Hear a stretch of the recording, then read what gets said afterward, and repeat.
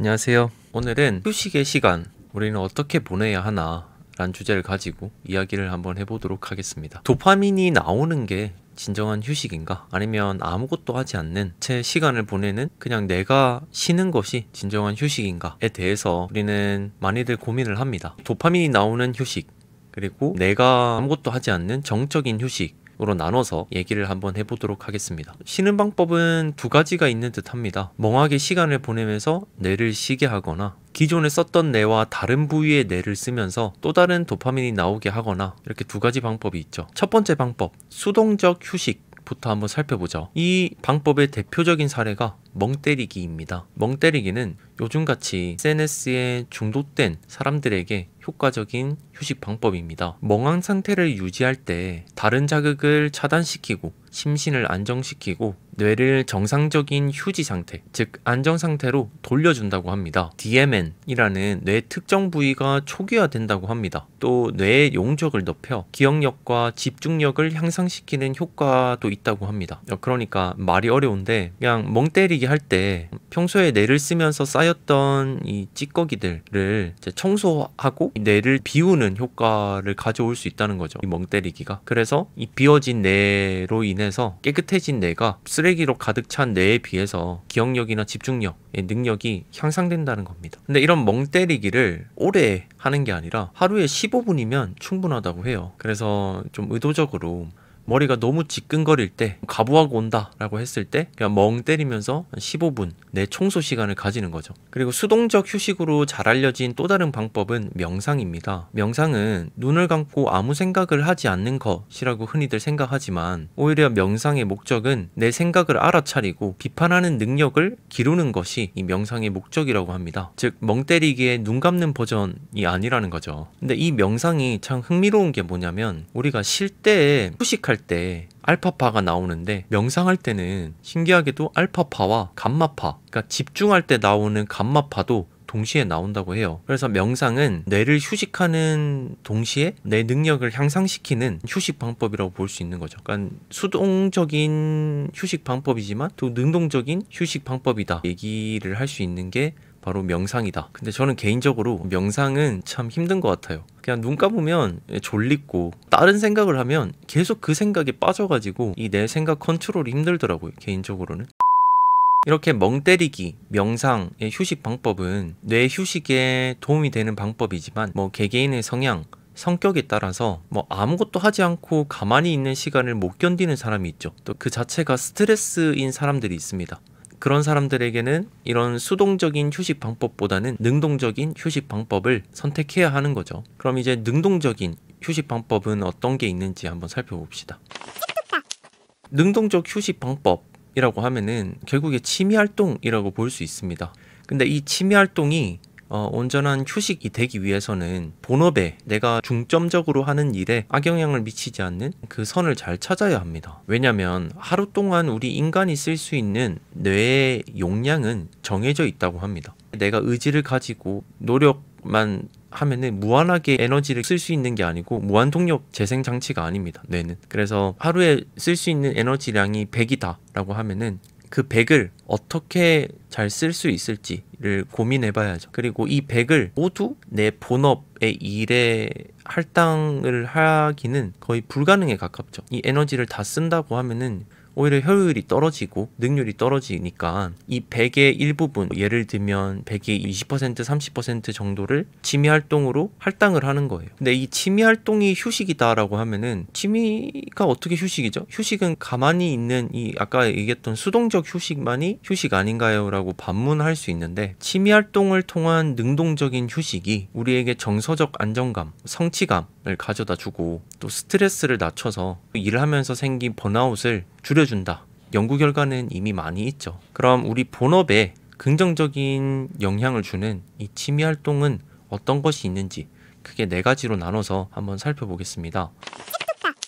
첫째, 창의적인 활동입니다. 예를 들면 그림 그리기, 악기 연주, 사진 촬영 등의 활동입니다. 평소 내가 하는 일의 업무 특성이 논리적인 일이거나 언어적인 영역을 많이 다루는 업무다라고 하면은 이런 창의적인 취미 활동이 내 피로를 해소하는 역할을 한다고 합니다. 논리, 언어 중심의 업무는 좌뇌의 영역을 많이 쓰게 되는데, 이런 악기 연주, 사진 촬영 같은 활동들은 뭐 감각이나 직관을 활용하는 우뇌를 많이 쓰는 영역이라서 뇌의 다른 부위를 활성화시키는 활동이죠. 근데 반대로 만약 내 업무가 예체능 쪽이야, 그래서 뭐 창의적인 업무를 평소에 하는 일이다 라고 하면은 이와 반대로 언어나 그리고 논리를 활용하는 이런 취미 활동을 휴식으로 선택해야 된다는 겁니다. 언어 논리를 담당하는 취미 활동의 예를 보면 보드게임이나 독서, 글쓰기 이런 취미 활동이 있다고 해요. 그리고 두 번째 능동적 취미 활동은 가벼운 운동입니다. 산책, 뭐 요가, 뭐 가벼운 등산 같은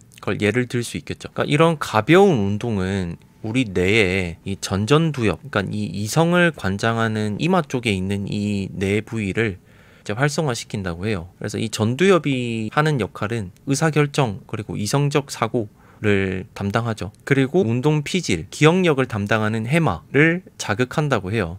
그래서 이렇게 산책이나 가벼운 요가 같은 운동이 기억력 향상 그리고 집중력 향상에 도움이 된다는 거죠. 우리가 흔히 접하는 뉴스 기사 중에 하루에 30분, 1시간 걷기만 해도 치매 예방이 도움이 된다는 뉴스 기사가 있잖아요. 그게 바로 이런 걷기 자체가 기억력이나 집중력을 관장하는 뇌 부위를 계속 자극해서인 거죠. 세 번째 능동적 휴식은 바로 사회적 활동입니다. 뭐 예를 들면 봉사활동, 협업게임, 뭐 스포츠 등이 있습니다. 그러니까 이 활동은 계속 타인과 상호작용을 하죠. 거기에서 우리 뇌의 거울 뉴런 이라는 친구를 또 계속 자극하게 됩니다. 그럼으로써 공감 능력도 향상되고 정서적 안정의 효과가 있다고 해요. 이 거울 뉴런이 뭐냐면 친구 따라 강남 간다는 말이 있잖아요. 내 인생이 그 내 주위에 있는 어떤 사람과 어울리는가에 따라 바뀌는 거죠. 그게 바로 내 안의 거울 뉴런 때문인데 계속 주위 사람과 상호작용하면서 그 사람과 닮아 지려고 하는 거예요. 모범 범죄도 사실 거울 뉴런 때문이에요. 그러니까 뉴스를 통해서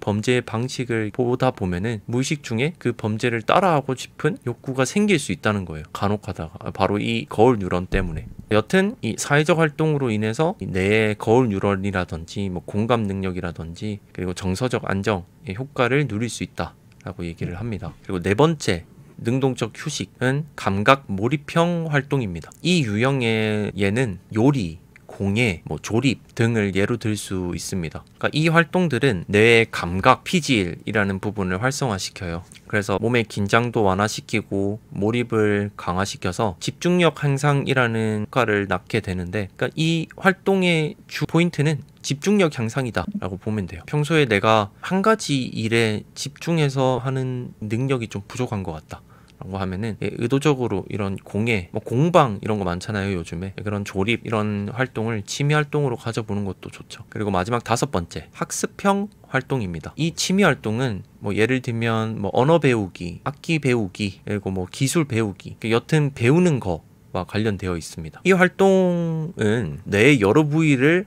자극시키고 강화시킬 수 있는 효과를 가지고 있어요. 일단 가장 큰 효과로 우리 뇌에 보면 뉴런들이 서로 이어져 있습니다. 시냅스를 통해서 이어져 있는데 새로운 것을 배울 때마다 이 뇌의 시냅스 연결이 강화되는 거죠. 또 뭐 기억을 담당하는 해마도 그렇고 아까 얘기했던 이성 부위를 다 관장하는 전전두엽의 부위도 자극시키고 강화시키는 효과가 있다고 합니다. 그래서 우리 애초부터 배우는 걸 게을리하지 마라, 평생 배우며 살아라 라는 말이 괜히 나온 말이 아닙니다. 배우는 것만큼 뇌 건강에 효과적인 활동이 없는 거죠. 근데 간혹가다 이런 배움이 목표가 되는 취미 활동은 이 자체가 이제 성과 위주로 느껴지면서 스트레스로 느껴질 수 있거든요. 이제 그러면은 사실 취미 활동이라는 게 좀 리프레시 하려고 하는 건데 오히려 스트레스가 더 쌓일 수 있으니 너무 집착하지 말고 놀이로 접근하는 게 중요하다라는 점 주의를 해야 한다. 그래서 이렇게 휴식의 종류, 취미의 종류, 그리고 각각의 효과들에 대해서 한번 알아보았습니다. 이 취미들도 결국에 내 성향에 맞고 내 성격에 맞아야 하기 때문에 먼저 내 성향이 어떤 성향인지 파악해야겠죠. 요즘에 유행하는 MBTI라든지 인터넷에서 쉽게 이렇게 해볼 수도 있더라고요. 그런 테스트라도 한번 해보시고 일단 수동적인 휴식 방법이 나에게 맞는지, 능동적인 휴식 방법이 맞는지부터 선택을 해야겠죠. 또 취미마다 내 도움이 되는 자극이 부위가 다 달라서 평소에 내가 어떤 부분 때문에 좀 부족함을 느끼고 강화시키고 싶다라는 부위가 있으면 뭐 예를 들면 나는 좀 기억력이 부족한 것 같아. 맨날 항상 까먹어. 까마귀 고기를 먹었는지 뭐 이래. 그러면은 아까 얘기했던 기억력을 관장하는 해마를 자극하는 취미 활동이 어떤 게 있는지. 아까 가벼운 운동이 도움이 된다고 했죠. 가벼운 운동 중에 뭐 산책, 요가 이런 활동들이 있으니까 그런 활동들을 취미로 한번 가져보는 거죠. 또 나는 집중력이 좀 평소에 좀 부족한 것 같아. 남들에 비해서. 그러면은 공방 활동,